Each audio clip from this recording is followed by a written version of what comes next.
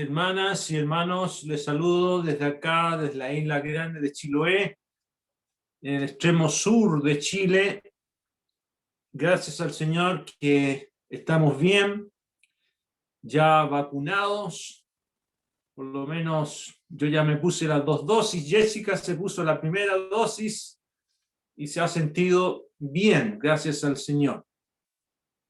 Así que estamos esperando el regreso del Señor. Y nada mejor que poder animarse con la hermosa palabra de Dios.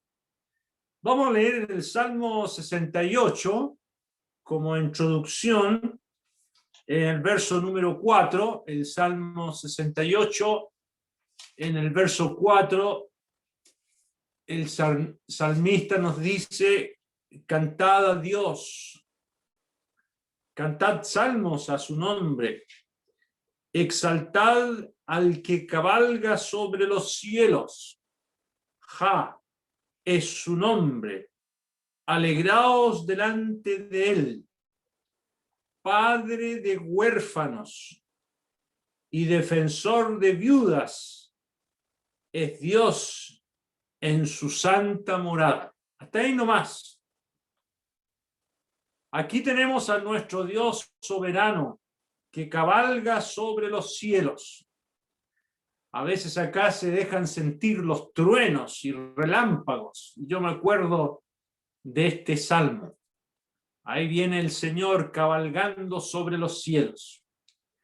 Y nos dice que Él es padre de huérfanos y defensor de viudas. Y es muy interesante la preocupación que el Señor Jesús y nuestro Dios tiene por las viudas. Y vamos a estudiar de las viudas. Y lo vamos a hacer bajo la pluma del médico amado Lucas. Lucas en su evangelio habla de 5 viudas. Y es muy especial que él como médico se dedique a mencionar a estas 5 viudas. Y vamos a ver hoy día 2 de ellas. Vamos al evangelio de Lucas, capítulo número 2. En el Evangelio de Lucas, capítulo número 2, en el verso 36, vamos a ver a Ana, la profetisa. Esta es la primera viuda que menciona Lucas. Dice en el verso 36, estaba también allí Ana, profetisa, hija de Fanuel, de la tribu de Aser, de edad muy avanzada, pues había vivido con su marido 7 años desde su virginidad, y era viuda, hacía 84 años, y no se apartaba del templo, sirviendo de noche y de día, con ayunos y oraciones. Está presentándose en la misma hora, daba gracias a Dios y hablaba del niño y a todos los que esperaban la redención en Jerusalén. Aquí tenemos a esta querida viuda, una mujer que sabe de sufrimientos. En la Biblia, hablar de viudas es sinónimo de sufrimiento, de pobreza, de escasez. Y esta mujer sabía de sufrimientos, era de edad muy avanzada, pero hay algo muy interesante, como leímos en el Salmo introductorio. Era una mujer que no vivía amargada. Y esto es muy importante. Lo primero que queremos mencionar para las viudas es que no vivan amargadas, ¿ya? El libro de los Proverbios nos dice que el corazón alegre constituye buen remedio, mas el espíritu triste seca los huesos. Aquí tenemos una mujer que, al contrario de sentirse víctima de Dios o sufrir, ella estaba muy contenta, y la vemos aquí en el templo. Y saben, hermanos y amigos que están con nosotros, el sufrimiento puede producir en nosotros 2 cosas. Hay personas que viven amargadas, resentidas y con mucha dureza de corazón. Hay personas así, pero hay otros que son amables, tiernos y compasivos. Y el sufrimiento puede producir esos dos extremos. Y todo depende de lo que pensemos y conozcamos de Dios. Si le tenemos como un padre que estamos seguros de que nunca hace que sus hijos derramen lágrimas innecesarias, entonces vamos a ser siempre agradecidos. Pero hay personas que viven amargadas. Hay personas que no conocen a Dios, que algo han escuchado de Dios, pero no lo comparten con nadie. Son estos insensatos que no conocen a Dios y que el mismo Evangelio de Lucas lo describe en el capítulo 19. Hay personas que son así, como dice el verso número 20. Señor, aquí está tu mina, la cual he tenido guardada en un pañuelo. Aquí tenemos uno de los siervos que recibió una mina para multiplicarla, era una moneda. La tuvo escondida en un pañuelo porque tuve miedo de ti por cuanto eres hombre severo que tomas lo que no pusiste y ciegas lo que no sembraste. Y hay personas que viven así. Y el Señor le dijo, mal siervo, por tu propia boca te juzgo. ¿Sabías que yo era hombre severo que tomo lo que no puse y que ciego lo que no sembré? ¿Sabes que textualmente dice, tú dices que yo soy así? Tú dices que yo soy hombre severo, que tomo lo que no puse y que ciego lo que no sembré. Ese es tu concepto de mí. Y hay personas que viven así, amargadas, que nunca se han apropiado de lo que Dios les ha dado como una bendición y lo toman como una desventaja. La viuda que tenemos nosotros, esta primera viuda que menciona Lucas, ella, volvamos a Lucas capítulo número 2, en el versículo número 37, nos dice que era viuda hacía 84 años y no se apartaba del templo sirviendo de noche y de día con ayunos y oraciones. Ahí se mencionan 84 años. En el verso 36 se dice que había vivido con su marido 7 años desde su virginidad. Ahí tenemos otros 7 años. Y una doncella en Israel se casaban a lo mejor a los 18 años, tal vez antes. Así que si sumamos 18 más 7 que vivió con su marido, más los 84 años, esta viuda tenía al menos 109 años. Era una mujer de mucha edad, ¿ya? Pero no se sentía amargada. Dedicó su vida a servir a Dios, nos dice el verso 37, que no se apartaba del templo sirviendo de noche y de día con ayunos y oraciones. ¿Ya? Y saben que estos ayunos y estas oraciones, ¿saben por qué eran? Porque esperaba al Mesías. Nos dice ahí en el verso 38, esta presentándose la misma hora daba gracias a Dios y hablaba del niño a todos los que esperaban la redención en Jerusalén. Ella pertenece a ese remanente que estaban esperando la redención. ¿Y qué significa eso? La aparición del Salvador, del Mesías. Era una mujer que estaba expectante. Y ahí viene María con el pequeño niño Jesús al templo. Y ella ve, al igual que Simeón, ven al Mesías, al niño Jesús. Qué hermosa experiencia de esta mujer perteneciente a este pequeño remanente de judíos que esperaban la aparición del Salvador del mundo. No solamente ella. Miren el capítulo número, aquí mismo, en el verso número 8, capítulo 2, verso 8. nos dice que había pastores en la misma región que velaban y guardaban las vigilias de la noche sobre sus rebaños. ¿Saben lo que estaban haciendo estos pastores? No estaban solamente cuidando sus rebaños, estaban vigilando el regreso del Mesías. Y a ellos, a estos pastores, les aparece este ángel en el verso 10 que les dice: no temáis, porque aquí os doy nuevas de gran gozo, que será para todo el pueblo, que os ha nacido hoy en la ciudad de David un Salvador, que es Cristo el Señor. Y hermano, este pequeño remanente es como el remanente de la iglesia, como aquellos que están esperando el regreso del Señor ahora. Hermano, nosotros tenemos que vivir igual que estos. Estaban aguardando la venida del Mesías, el Redentor. Nosotros ahora tenemos que estar expectantes como creyentes de la venida del Señor por nosotros para llevarnos a su presencia. Bueno, estas 5 viudas que va a narrar Lucas en su evangelio nos representan ese remanente de fe, un remanente en medio del mundo religioso. Estamos viviendo en un mundo así llamado cristiano, que lo único que quiere es prosperidad, pero en ningún sentido están esperando el regreso de Cristo para presentarse delante de Él en el tribunal de Cristo y dar cuenta de la vida que han llevado.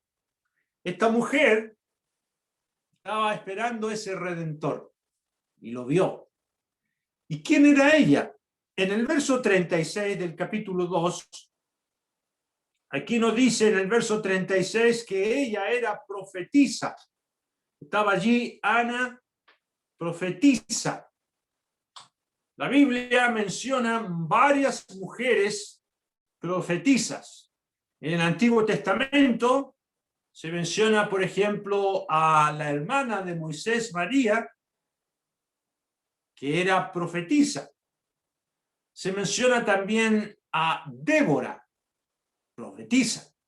De Ana, por ejemplo, dice en Éxodo 15, en el libro de Éxodo capítulo número 15, del versículo número 20, se dice que María, la profetisa, hermana de Aarón, etcétera, etcétera, tomó pandero, y aquí la vemos alabando al Señor una vez que cruzaron el Mar Rojo. Ella era profetisa.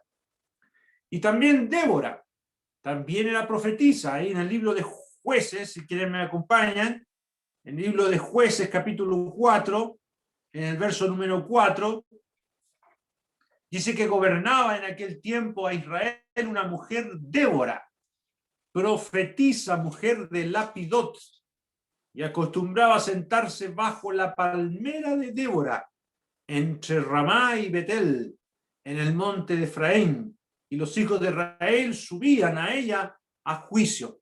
Y es interesante ver estos dos casos. Nunca ellas ejercieron su don de profetisa en el templo, en el santuario de Dios. Aquí vemos que María lo hizo en una playa y Débora lo hace en su palmera, debajo de la palmera que había ahí en su casa. Ella enseñaba al pueblo de Israel. También se menciona otra profetisa, Hulda. También aparece ahí en Segunda de Reyes, si quieren me acompañan, en Segunda de Reyes, capítulo número 22, en el verso número 13, el rey manda a preguntar acerca de la ley que habían, el libro que habían encontrado los sacerdotes que hacían aseo en el templo de Dios, y el rey Josías envía a preguntar a la profetisa en el verso 13: y preguntad a Jehová por mí y por el pueblo y por todo Judá acerca de las palabras de este libro que se ha hallado, porque grande es la ira de Jehová que se ha encendido contra nosotros, por cuanto nuestros padres no escucharon las palabras de este libro para hacer conforme a todo lo que nos fue escrito. Entonces fueron el sacerdote Hilcías y Cam, Acbor, Safán y Asaías a la profetisa Hulda, mujer de Salún, hijo de Tikba, hijo de Arás, guarda de las vestiduras, la cual moraba en Jerusalén, en la segunda parte de la ciudad, y hablaron con ella. Aquí tenemos que Hulda era profetisa, pero no profetizaba en el templo. Tuvieron que ir al segundo barrio de Jerusalén a conversar con ella. Estas tres profetisas nunca usaron su don en el templo. Su servicio a Dios, además, fue circunstancial y no continuo. Y Ana también estaba ahí, fuera del templo, sirviendo a Dios. Bueno, en el Nuevo Testamento también hay profetisas. ¿Cuáles? Vamos a ir a ver un ejemplo de estas profetisas. Vamos a ver a las hijas de Felipe, el evangelista. Vamos al libro de los Hechos, capítulo número 21. Nos dice ahí, Pablo llega a la casa de el evangelista en el verso 8, Hechos 21:8. Al otro día, saliendo Pablo y los que con él estábamos, fuimos a Cesarea, y entrando en casa de Felipe, el evangelista, que era uno de los 7, posamos con él. Este tenía 4 hijas doncellas que profetizaban. Ahí están estas jóvenes profetisas. Pero ¿cómo ejercían su don de profecía? Nos dice en el verso más adelante, en el verso número 10, y permaneciendo nosotros allí algunos días, descendió de Judea un profeta llamado Ágabo, quien viniendo a vernos tomó el cinto de Pablo y atándose los pies y las manos dijo, esto dice el Espíritu Santo, así atarán los judíos en Jerusalén al varón de quien es este cinto y le entregarán en mano de los gentiles. Al oír esto, le rogamos nosotros y los que de aquel lugar que no subiese a Jerusalén. Entonces Pablo respondió, ¿qué hacéis llorando y quebrantando el corazón? Porque yo estoy dispuesto no solo a ser atados, mas aún morir en Jerusalén por el nombre del Señor Jesús. Bueno, fíjese que las hijas de Felipe no profetizaron esto. Tuvo que venir un varón ahí en la iglesia, en Cesarea, donde estaban, en la casa de Felipe. Posiblemente funcionaba una iglesia, pero no son sus hijas las que ejercían el don en la iglesia, sino que el varón. De manera que esto es muy importante. Estas 4 doncellas deben haber hablado mucho del Señor, al igual que Ana, pero siempre no en los cultos, en las reuniones solemnes de la iglesia, nunca ocupando el lugar del varón, y menos para enseñar la parábola del Señor. Por eso es muy importante en el Nuevo Testamento, aprovecho de mencionarlo, queridos hermanos y amigos, la doctrina del silencio de la mujer en las actividades de la iglesia. Es un aspecto muy importante. Vamos a leerlo en 1 Corintios, capítulo número 11. 1 Corintios, capítulo número 11. Aquí nos dice en el versículo 5, pero toda mujer que ora o profetiza con la cabeza descubierta afrenta o avergüenza su cabeza, porque lo mismo es que si se hubiese rapado. ¿Quién es la cabeza de la mujer? El varón. Si una mujer ora o profetiza, el don que existía en ese tiempo, con la cabeza descubierta, esa mujer avergüenza su cabeza. Y dice luego, aquí mismo en el verso número 11, en el verso 10, por lo cual la mujer debe tener señal de autoridad sobre su cabeza por causa de los ángeles. Y esa señal de autoridad es esa cubierta. Los ángeles vienen a ver nuestras reuniones y ellos presencian que la mujer está en silencio y cubierta, ocultando su gloria, y su gloria es su propio cabello. De esa manera, las mujeres dan una tremenda enseñanza a los ángeles de la autoridad de Cristo en la iglesia. ¿Ya? Ahora, no se trata que ellas podían profetizar teniendo la cubierta en la cabeza, no, tenían que estar en silencio. Y Pablo vuelve a insistir esto en el capítulo 14. Primera de Corintios, capítulo 14, en el verso número 34. Dice: vuestras mujeres callen en las congregaciones, porque no les es permitido hablar, sino que estén sujetos, como también la ley lo dice. Y si quieren aprender algo, pregunten en casa a sus maridos, porque es indecoroso que una mujer hable en la congregación. Oiga, si hablamos hoy día esto, los feministas nos dirían que estamos chalados. ¿Y qué cosas nos dirían? Pero nosotros respetamos la palabra de Dios, y toda mujer cristiana tiene que aprender esto: su silencio, su sujeción a la palabra de Dios. No es que el hombre sea más que la mujer, no. Volvamos al capítulo número 11. En el capítulo número 11, el versículo 11 dice: pero en el Señor, ni el varón es sin la mujer, ni la mujer sin el varón. El ministerio de la mujer es muy importante. Una iglesia no puede funcionar sin la mujer. Es indispensable su trabajo, su atención. Realmente la mujer le da un sentido muy especial al funcionamiento de una iglesia. Son la ayuda idónea. Pero ella tiene que aprender a estar en silencio, sujeta al varón. Ya es un aspecto muy importante. El apóstol Pablo, en la carta a los Romanos, si quieren me acompañan, por favor, el capítulo 16, dice en el versículo 3: saludad a Priscila y Aquila, mis colaboradores en Cristo Jesús. ¿Usted sabe quién era Priscila? La esposa de Aquila. Y Priscila era una mujer brillante. Fue ella, junto a su esposo, que escucharon a Apolos, un varón elocuente judío que hablaba del bautismo de Juan, pero no conocía perfectamente el camino del Señor.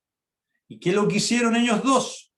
Nos dice el libro de los Hechos, capítulo 18, que Priscila y Aquila lo tomaron aparte y les pusieron exactamente el camino del Señor. ¿De quién nació la iniciativa? Yo estoy seguro que la iniciativa nació de Priscila. Priscila era más brillante, más inteligente que el varón. Y muchas veces, hermanos, nuestras propias esposas a veces nos tienen que corregir. Y aquí tenemos a esta mujer muy inteligente llamada Priscila. Pero mire cómo se menciona en Primera de Corintios. Vamos a Primera de Corintios. Capítulo 16 también. Nos menciona los saludos y dice ahí, en el capítulo 16, en el verso 19, las iglesias de Asia os saludan. Aquila y Priscila, con la iglesia que está en su casa, os saludan mucho en el Señor. Y aquí el Espíritu Santo invierte el orden. Ahora se menciona el varón. ¿A quién se menciona primero? A Aquila. Y en segundo lugar, a Priscila. ¿Y por qué? Porque hay una iglesia en su casa. Y Priscila, siendo muy inteligente y brillante, da el primer lugar a su marido. Una mujer puede ser muy inteligente, muy brillante, pero esa mujer mostrará su piedad y espiritualidad sujetándose a su esposo. Nunca una mujer cristiana casada debe avergonzar o querer sobrepasar a su esposo. Si tú estás casado con un varón creyente y quieres honrar al Señor, preocúpate que tu esposo crezca. Como Juan el Bautista dijo, es necesario que él crezca y que yo mengue. Eso no te hace inferior, sino te hace una mujer inteligente delante del Señor. Ahora, ¿las mujeres podían enseñar? Claro que sí. Vamos a la carta de Tito, Aquí nos enseña Tito, en el capítulo número 2,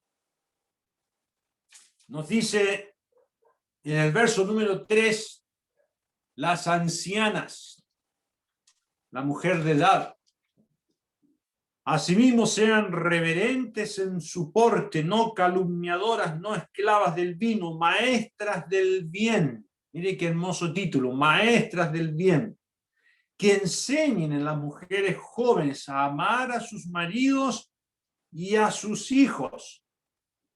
Ellas podían de manera privada enseñar a las mujeres más jóvenes. ¿La mujer puede enseñar a la iglesia? Claro que sí, pero de manera privada. Ellas deben enseñar, tomar aparte a las mujeres más jóvenes. Y por eso a veces, hermanos, son muy buenas las reuniones de mujeres, donde ellas se juntan para estudiar, para leer, para hacer cosas manuales. Pero nunca, nunca en reuniones formales, nunca en conferencias. Cuando estuve en Argentina, las hermanas se reunieron, vinieron como 20 hermanas, porque yo había dicho que las conferencias femeninas no son bíblicas. Nunca vemos en la Biblia una mujer usando la plataforma en la iglesia. Y vinieron todas las mujeres a preguntarme por qué yo había dicho semejante cosa. Les dije porque la Biblia así lo enseña. Y me dijeron, ¿y cómo Febe? ¿Qué pasa con Febe? Le dije yo.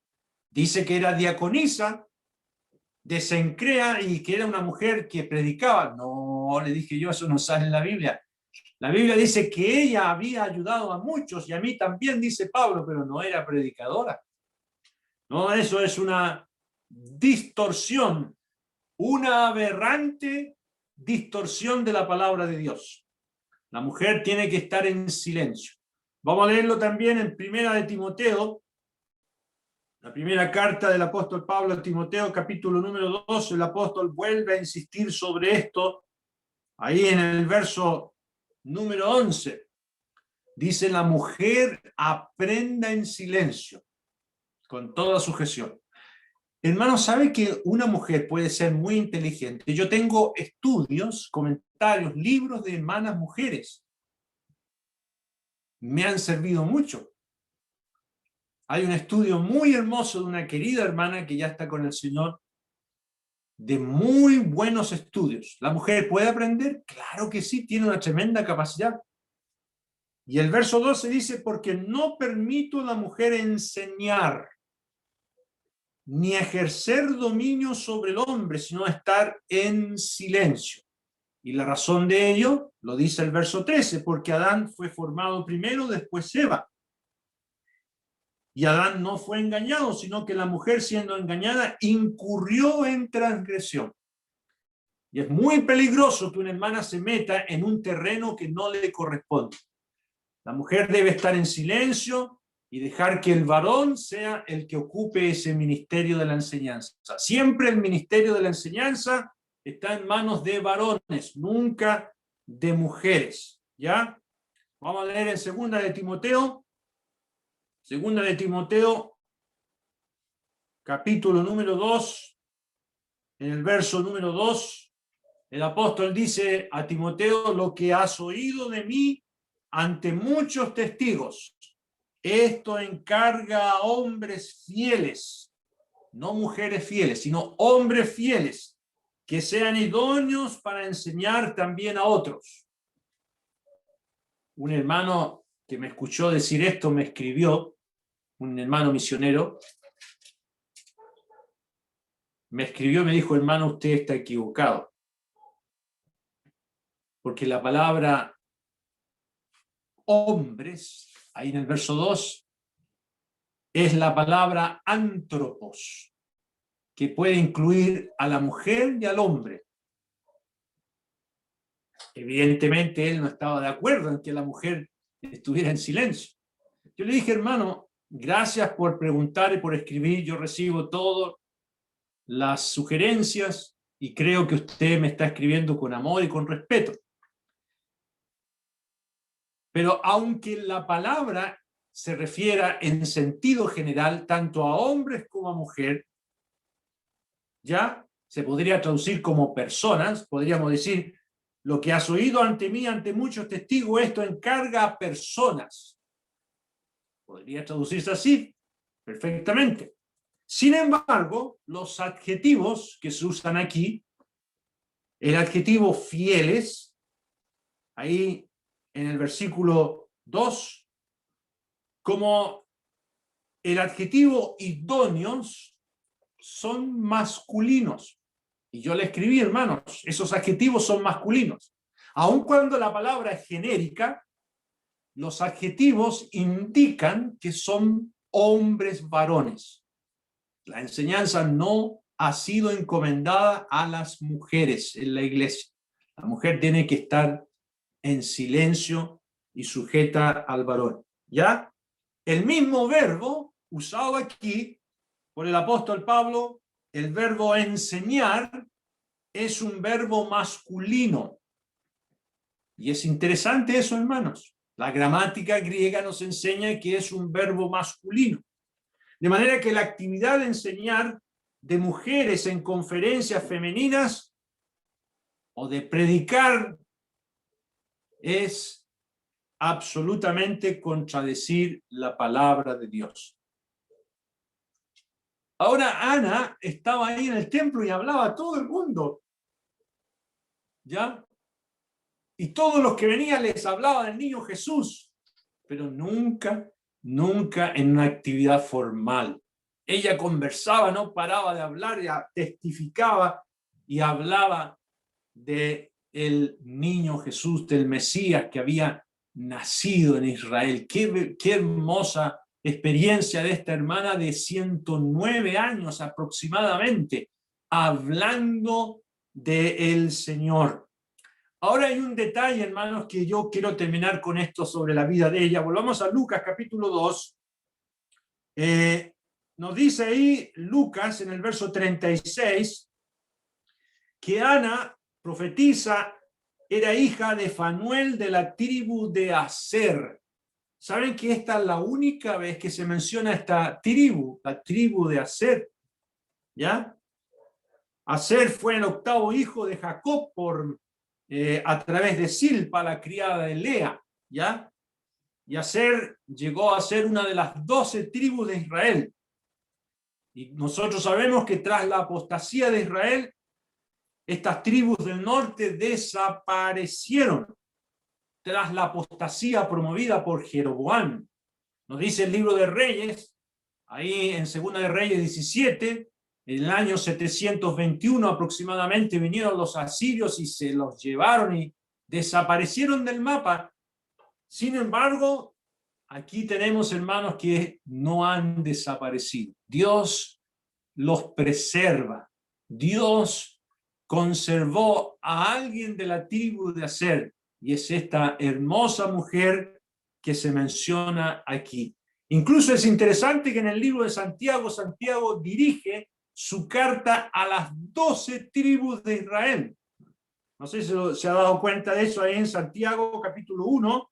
Escribe el hermano menor del Señor, Santiago, siervo del Dios y del Señor Jesucristo, a las 12 tribus que están en la dispersión o en la diáspora. No han desaparecido, porque Dios cabalga sobre los cielos y su pueblo nunca va a desaparecer. ¿Ya? Los fieles de estas tribus volvieron a Jerusalén. Aquí tenemos a Ana, la profetisa, mencionada como uno de los pocos fieles que han quedado. Y hermanos, en el pueblo nuestro también hay pocos fieles. Hay un remanente que está buscando al Señor, preservando la doctrina, la palabra del Señor, teniendo comunión con el Señor y anhelando el regreso del Señor. De la manera, al igual que Ana, nosotros también podemos sentirnos como ese remanente que permanece anhelando la venida del Mesías, por nosotros primero para ser llevados al cielo. Bueno, esta tribu de Aser tendrá su heredad en el milenio, así nos asegura el libro de Ezequiel, no ha desaparecido y va a ser mencionada y va a aparecer ahí en el milenio como parte de todo lo que Dios prometió a Abraham como promesa para el milenio. Ahora, yo dije que Lucas habla de 5 viudas. Hay una segunda viuda que menciona Lucas. Vamos a leerla en el capítulo número 4, en el verso número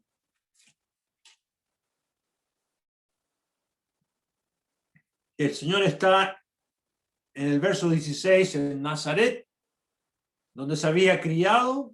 En el día de reposo entró en la sinagoga conforme a su costumbre y se levantó a leer. Yo no voy a leer todo. Y leyó acerca de la profecía de Isaías en el capítulo 61.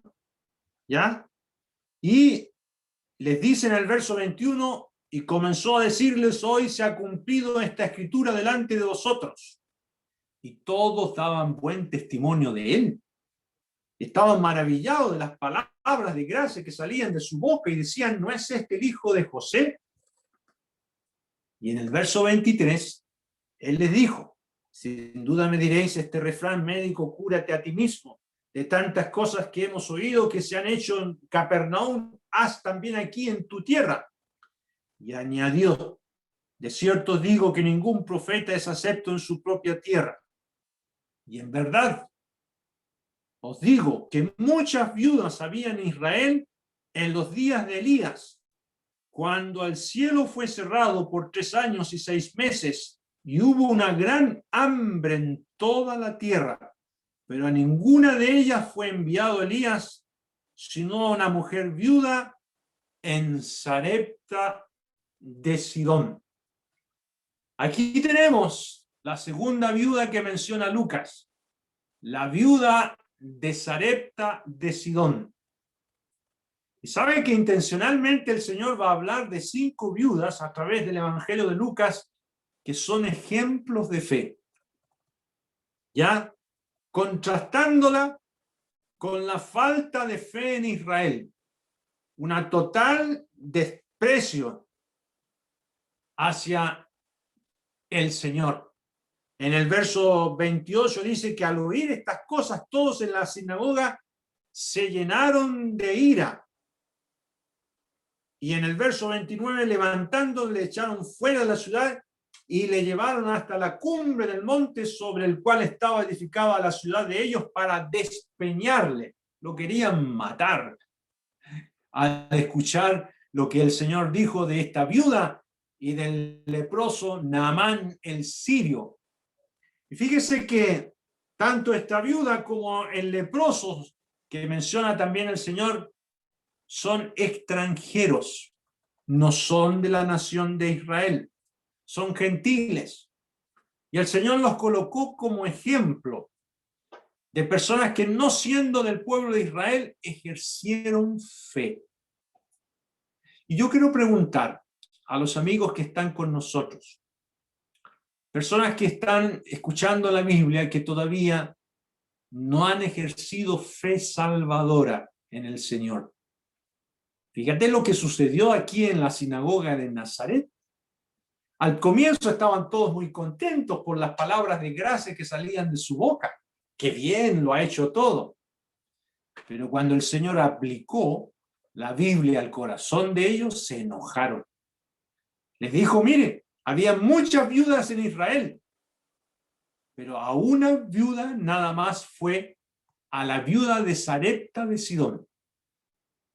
El Señor salió de Israel y fue a Sarepta de Sidón, al territorio gentil, y allí Elías es sostenido por esta viuda extranjera. ¿Y por qué se enojaron tanto con el Señor? Porque les está diciendo: entre ustedes no hay fe. Y amigos, si tú también escuchas la Biblia, escuchas la palabra de Dios, incluso sabes de memoria algo de la Biblia, pero aún no te has arrepentido de tus pecados, te va a pasar lo mismo que a esta gente. Te vas a endurecer. El Señor Jesús pasó por muchas ciudades haciendo milagros, pero en otras, nos dice la Biblia, no hizo muchos milagros a causa de la incredulidad de ellos. Y eran precisamente esas ciudades que tuvieron más privilegio de verlo a él escuchando su palabra, pero eran unos incrédulos. ¿Es el caso suyo, amigo, amiga, que te mantienes neutral? ¿Sabes que tener fe es confiar en alguien digno de esa fe? Y el Señor destacó a un hombre, también extranjero, un romano, un centurión, que tenía confianza plena en quién era Jesús. Mira lo que se dice de él aquí en el capítulo número 7 de Lucas. En el capítulo número 7 de Lucas, en el verso número 1, perdón, capítulo 7, versículo 1. Después que hubo terminado todas estas palabras, al pueblo que le oía entró en Capernaum, y el siervo de un centurión a quien éste quería mucho estaba enfermo y a punto de morir. Cuando el centurión oyó hablar de Jesús, le envió unos ancianos de los judíos rogándole que viniese y sanase a su siervo. Y ellos vinieron a Jesús y le rogaron con solicitud, diciéndole: es digno de que le concedas esto, porque ama nuestra nación y nos edificó una sinagoga. Y Jesús fue con ellos, pero cuando ya no estaban lejos de las casas, el centurión envió a él unos amigos diciéndole: Señor, no te molestes, pues no soy digno que entres bajo mi techo, por lo que ni aún me tuve por digno de venir a ti, pero di la palabra y mi siervo será sano. Porque también yo soy hombre puesto bajo autoridad y tengo soldados bajo mis órdenes, y digo a este: ve y va, y al otro: ven y viene, y a mi siervo: haz esto, y lo hace. Al oír esto, Jesús se maravilló de él, y viéndose y volviéndose, dijo a la gente que le seguía: os digo que ni aún en Israel he hallado tanta fe. Y el Señor lo dijo claramente: aquí en Israel no hay fe, pero este hombre romano, este centurión, reconoce mi autoridad. Así como él tenía autoridad siendo centurión para mandar, yo creo, Señor, que tú también tienes autoridad. Y el siervo o el centurión le dijo: yo no soy digno de que tú entres bajo mi techo. Di la palabra. Yo creo que tú eres Dios. Amigo, tú has ejercido esta fe en el Señor. ¿Tienes confianza? Porque tener fe es tener confianza.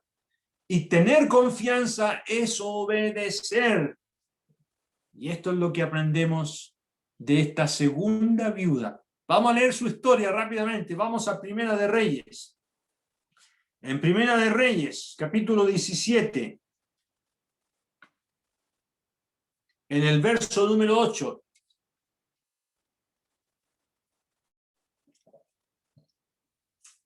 Vino luego a Elías palabra de Jehová diciendo: levántate, vete a Sarepta de Sidón y mora allí. He aquí yo he dado orden allí a una mujer viuda que te sustente.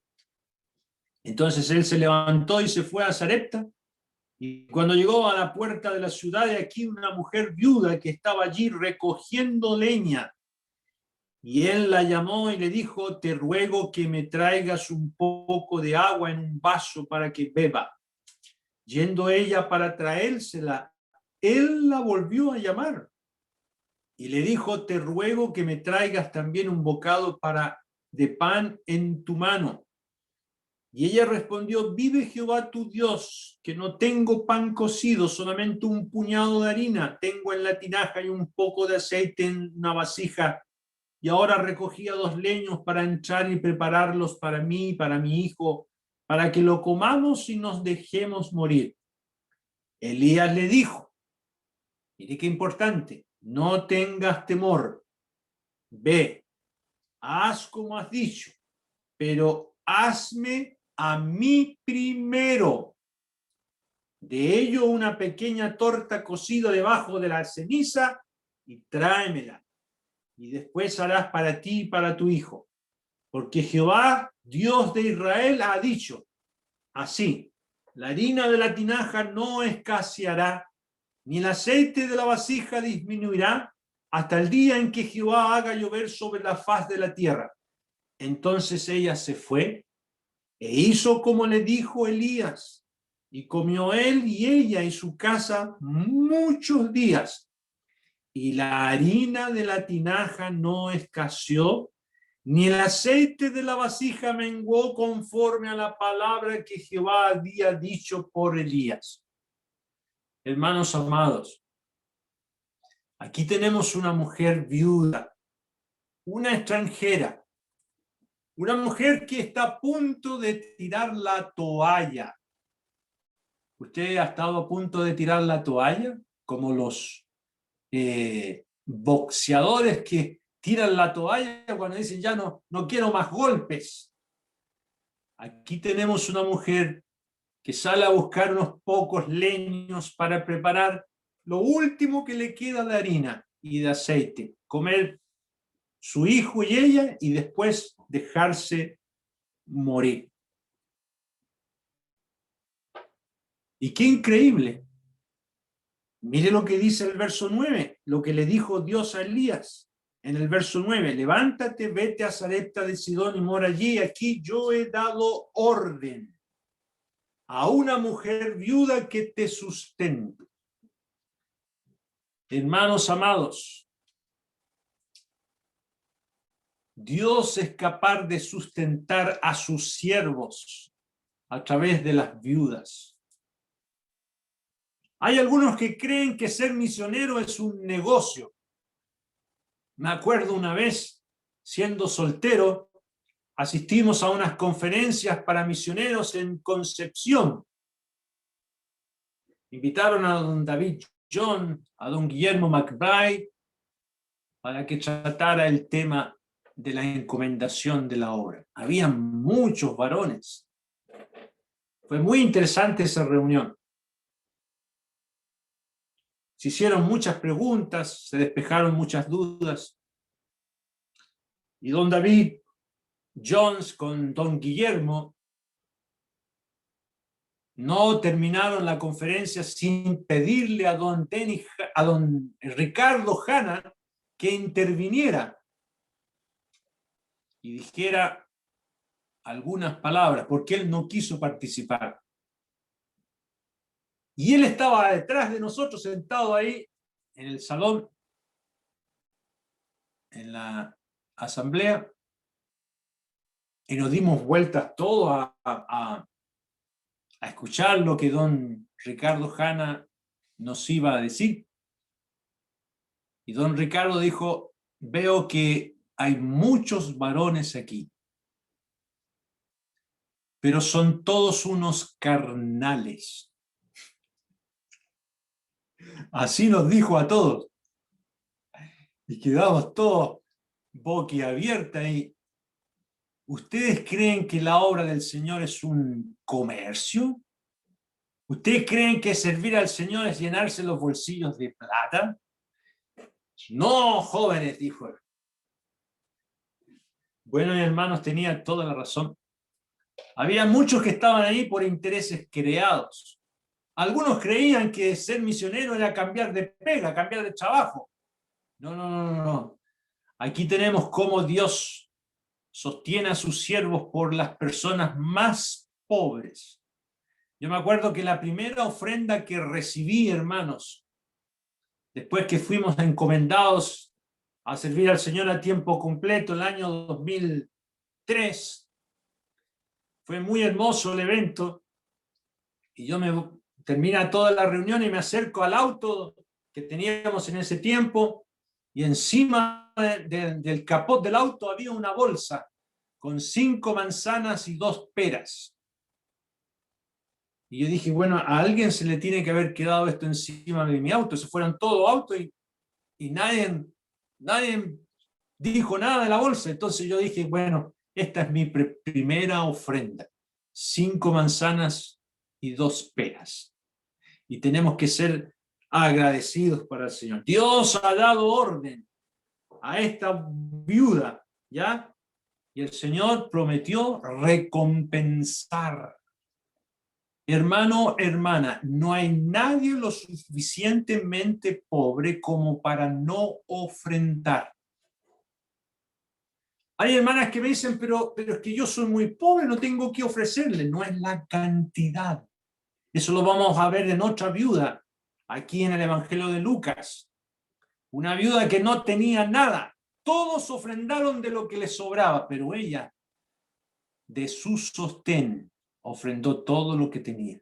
No es la cantidad, ¿ya? Y quien, así como sea viuda o no sea viuda, está dispuesto a participar y a contribuir en la obra del Señor, no va a perder su recompensa de profeta. El Señor Jesús enseñó esto. El que reciba a un profeta por cuanto es profeta, recompensa de profeta recibirá. Y el que reciba a un justo por cuanto es justo, recompensa de justo recibirá. Y cualquiera que dé a uno de estos pequeñitos un vaso de agua fría solamente por cuanto es discípulo, de cierto os digo que no perderá su recompensa. El Señor va a recompensar, y al que da de lo suyo para ayudar en la obra del Señor, el Señor lo va a recompensar. Ahora termino diciendo algo aquí, hermanos. El profeta le dice a esta mujer viuda, en el verso 13, no tengas temor. Yo solamente voy a resumir. Saben, hermanos, que el próximo jueves va a estar el hermano don Adolfo Castro en la reunión de Punta Arenas. Lo invitamos para que nos hable todo este mes del profeta Elías. Y él va a tomar este tema. Si usted quiere sintonizar, el próximo jueves en la Asamblea de Punta Arenas va a estar don Adolfo Castro viendo este tema. Yo quiero mencionar algo aquí, lo que dice Elías a esta mujer: no temas, no temas. ¿Sabe que este mandamiento, hermanos, aparece más de 300 veces en la Biblia? No temas. Es un mandamiento del Señor. Ve, haz como has dicho, pero hazme a mí primero. Y esto, hermanos, tenemos que aprender esta lección. Primero el Señor, después yo. ¿Qué haces tú cuando recibes tu sueldo o lo que te llega? Yo me acuerdo cuando recién nos casamos con Jessica, yo no administraba muy bien mi sueldo. Y ella me dijo, Camilo, ¿cómo haces tú el orden de tus ingresos? Bueno, le dije yo, aquí están, tenemos que pagar la luz, el gas, tenemos que pagar el arriendo, tenemos que comprar para la comida. ¿Y en qué lugar colocas al Señor? Bueno, de lo que nos queda, vemos cuánto podemos ofrendar. No, caballero, me dijo. Le voy a sugerir que lo hagamos al revés.